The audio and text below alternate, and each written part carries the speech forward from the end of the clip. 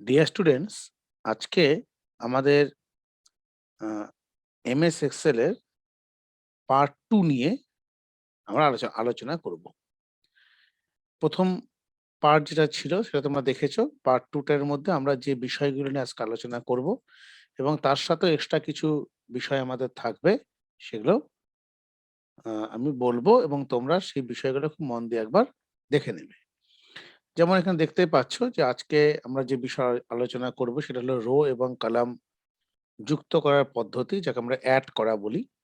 এক বা একাধিক সেল কিভাবে যুক্ত করব তার প্রসিডিওর মানে পদ্ধতি, ওয়ার্কশিটে রো ডিলিট করার পদ্ধতি, কলাম ডিলিট করার পদ্ধতি, নেক্সট রো হাইট এবং কলাম উইথ কিভাবে পরিবর্তন করব তার পদ্ধতি বা প্রসিডিওর, আর রো হাইট রো হাইট এবং কলাম উইথ পরিবর্তন এবং রো হাইট এবং আনহাইট করার পদ্ধতি, হাইট এবং আনহাইট। নেক্সট আমরা আসবো নেক্সট নতুন ওয়ার্কশিট যুক্ত করার পদ্ধতি, নতুন ওয়ার্কশিটও কিভাবে যুক্ত করব, ওয়ার্কশিট ডিলিট করার পদ্ধতি আর ওয়ার্কশিটকে রিনেম করার পদ্ধতি। এর বাইরেও কিছু যদি আমার এক্সট্রা কিছু মনে হয় তোমাদেরকে দেখাতে গিয়ে, সেগুলো আমি অতি অবশ্যই দেখাবো। তোমরা শুধু ভালো মতন এটা ফলো করো এবং দেখো। দেখো, প্রথমে আমরা যদি বলি যে রো রো কলাম সম্বন্ধে আমরা সবাই ভালো মতন আগের ভিডিওতে শিখেছি। যেমন এ, বি, সি, এটা আমার একটা স্যাম্পল, একটা অলরেডি ওয়ার্কশিটের মধ্যে ওয়ার্কবুকে কিছু ডেটা এখানে দেওয়া আছে। ওয়ার্কশিটে মানে শিট অলিম্পিক অ্যাথলেটস বলে এই শিটেরটাকে রিনেম করেছি আমি। তাই এখানে আমার এ কালাম, বি কালাম, সি কালাম, এটা প্রত্যেকে কালাম যেটা অ্যালফাবেটিক্যালি আছে, এটা প্রত্যেকে রো। তা আমরা ধরো প্রথমে যদি বলি রো এবং কলাম যুক্ত করার পদ্ধতি, যেমন দেখো এখানে অ্যাথলেট এবং এজ, এই দুটোর মাঝে আমি রো কে আনতে চাই।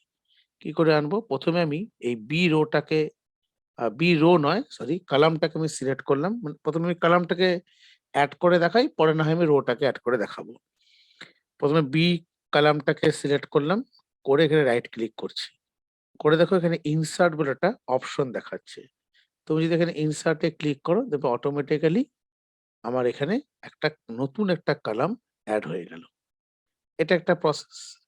এবার তুমি যদি মনে করো এই কলামটিকে আমি আবার ডিলিট করতে চাই, কি করে করবে? প্রথমে সিলেক্ট করবে, সিলেক্ট করলে ধরো সিলেক্ট করে এর উপরে রাইট ক্লিক করলে, করে দেখো ডিলিট অপশনটি আছে, তুমি কিন্তু ডিলিট করতে পারো।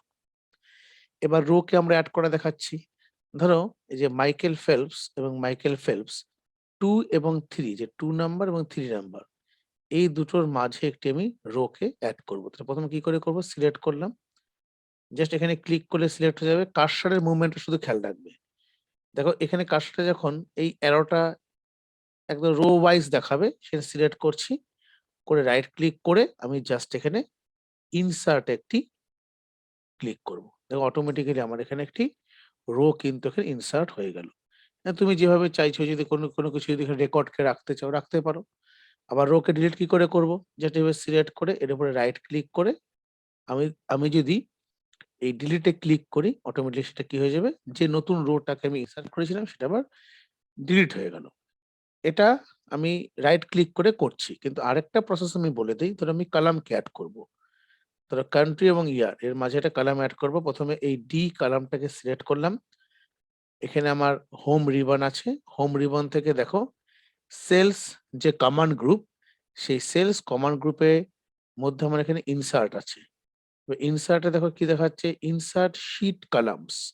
এখানে তুমি ক্লিক করলেও দেখবে অটোমেটিক্যালি আমার এখানে নতুন এই কলামটা কিন্তু এড হয়ে গেল।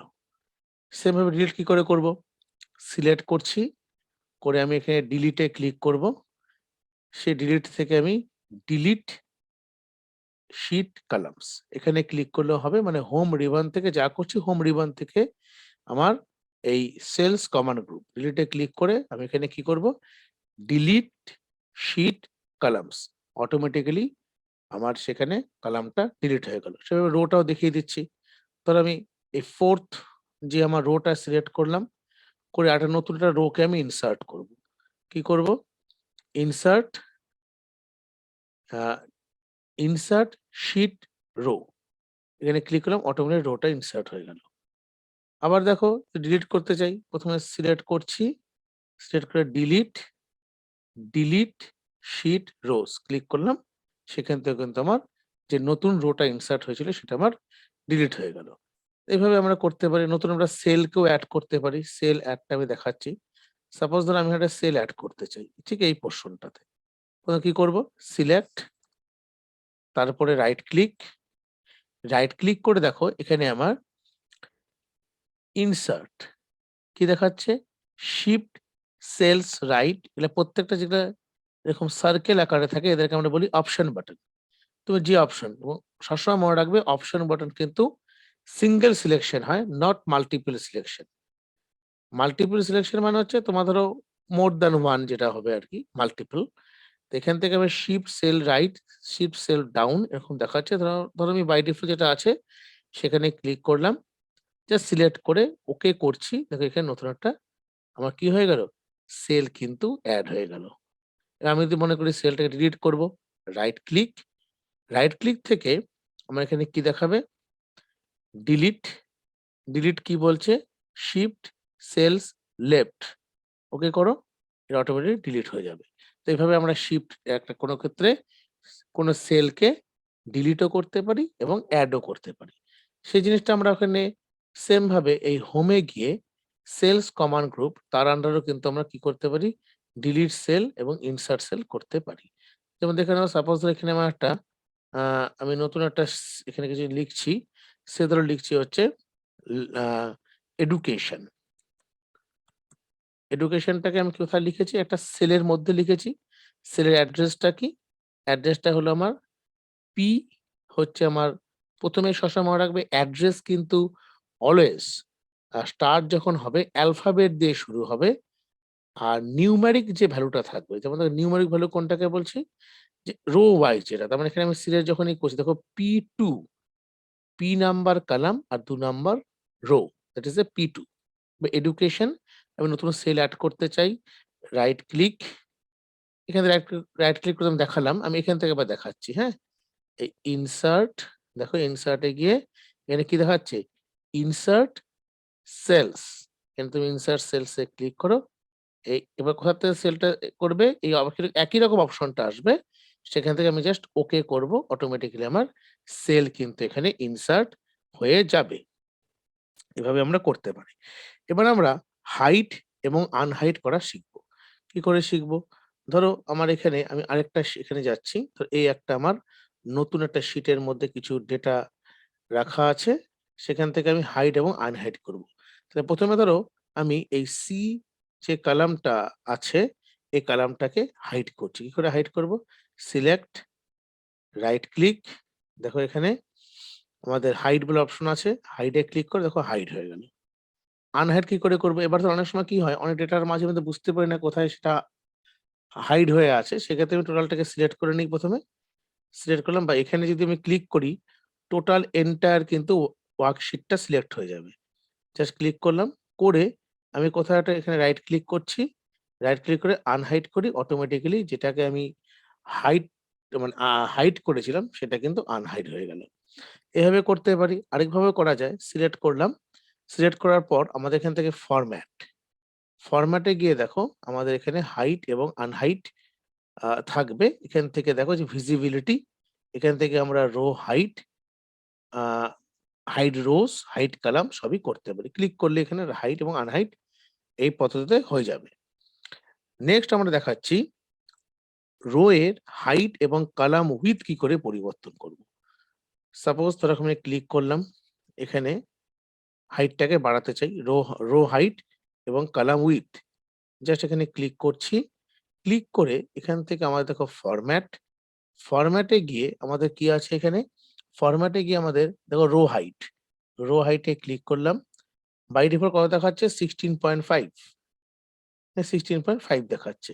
তো তুমি যদি এখান থেকে মনে করো যে এটাকে একটু বাড়িয়ে দেবে, সাপোজ এখানে তুমি 20 করে দাও, 20 ওকে করো। দেখো অটোমেটিক রোটার হাইট কিন্তু বেড়ে গেল। আমি একটু আরেকটু প্রমিনেন্ট ওয়েতে দেখাচ্ছি, দেখো তুমি এই পোরশনটাতে আছো। আমি এখানে টোটাল ভিজিবিলিটিটাকে এই ভিউটাকে আমি টোটাল জুম স্লাইডার থেকে 100% করে রাখলাম। করে ধরো এখানে আমার আমি হাইট রো কি করব? রো হাইটটার পরিবর্তন করব। ফরম্যাট, তারপর এখানে রো হাইটে ক্লিক করছি।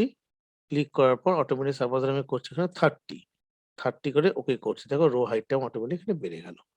সেম ভাবে কলাম উইডথটাকেও বাড়ানো যায়। ধরো আমি এখানে জাস্ট ক্লিক করে আছি।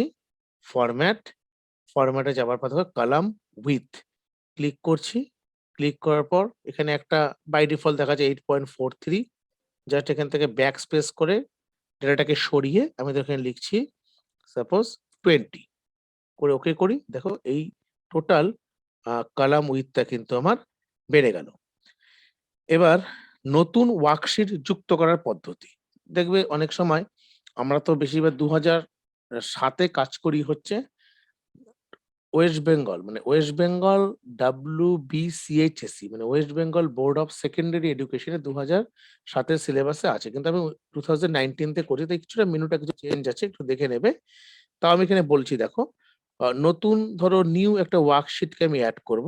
তোমরা এখানে ক্লিক করো, নিউ শিট এখানে ক্লিক করে অটোমেটিক শিট 3 চলে আসবে। 2007 এ কিন্তু ফিচার্সটা একটু চেঞ্জ হবে। আর রিনেম কি করে করব? দেখো রিনেম করতে গেলে আমি রাইট ক্লিক করে এখান থেকে আমি রিনেম করতে পারি। এখানে ক্লিক করলাম, ক্লিক করে ধরো আমি লিখলাম হচ্ছে এখানে ডামি, অটোমেটিক রিনেম হয়ে গেল। আরেক ক্ষেত্রে আমরা এখান থেকেও করতে পারি আমরা তোমার ফরম্যাটে না গিয়ে আমরা ইনসার্টে যাও। ইনসার্টে দেখো insert cells, insert rows, insert sheet এখানে ক্লিক করে করতে পারি। তারপর কোথা থেকে আসবো? দেখো হোম হচ্ছে আমাদের এখানে রিবন, তার আন্ডারে সেলস, সেখান থেকে ইনসার্ট থেকে কোথায় যাব? ইনসার্ট শিট রোজ তো আমি আগেই দেখিয়েছি। ইনসার্ট শিট, দেখো এই যে শিট কলাম অটোমেটিক শিট 4 একটা ইনসার্ট হয়ে গেল। রিনেম কি করে করবো? রাইট ক্লিক করে আমরা এখান থেকে রিনেম করতে পারি, রিনেম করব। এবং তাছাড়া এখানে আমাদের শিটকে ডিলিট কি করে করব? যে শিটটাকে ডিলিট করতে চাও, সাপোজ তুমি ডামিকে ডিলিট করবে তোমরা। দেখো ডামিতে ক্লিক করলে, ক্লিক করে এখানে ডিলিটে ক্লিক করো, অটোমেটিক সেটা কি হয়ে যাবে? ডিলিট হয়ে যাবে। সেভাবে আমরা ওয়ার্কশিটকে আ তোমার ডিলিটও করতে পারি। তো আমাদের যে টপিক গুলো আজকে ছিল সে বিষয়গুলো দেখো, রো আমরা রো এবং কলাম যুক্ত করার পদ্ধতি শিখলাম। সেলকে এড করা শিখলাম, row delete, column delete, row height, column width, আ আম তোমার রো হাইট এবং আনহাইট, নতুন ওয়ার্কশিটকে এড করা, ওয়ার্কশিটকে ডিলিট করা, রিনেম করা। আমার সবগুলোই আমরা যেগুলো টপিক গুলো বলেছিলাম সবগুলো ডিসকাস করেছি। তোমরা একটু প্র্যাকটিস করবে। প্র্যাকটিস করার পর যদি কোথাও অসুবিধা হয় আমাকে কমেন্ট সেকশনে জানাবে। আমি তার উপরে দরকার পড়লে আরো ভিডিও তৈরি করে দেব। ওকে? সো এই বিষয়গুলো বাড়িতে প্র্যাকটিস করো। Thanks for watching our channel. ভালো লাগলে লাইক, শেয়ার এবং সাবস্ক্রাইব করবে। ওকে?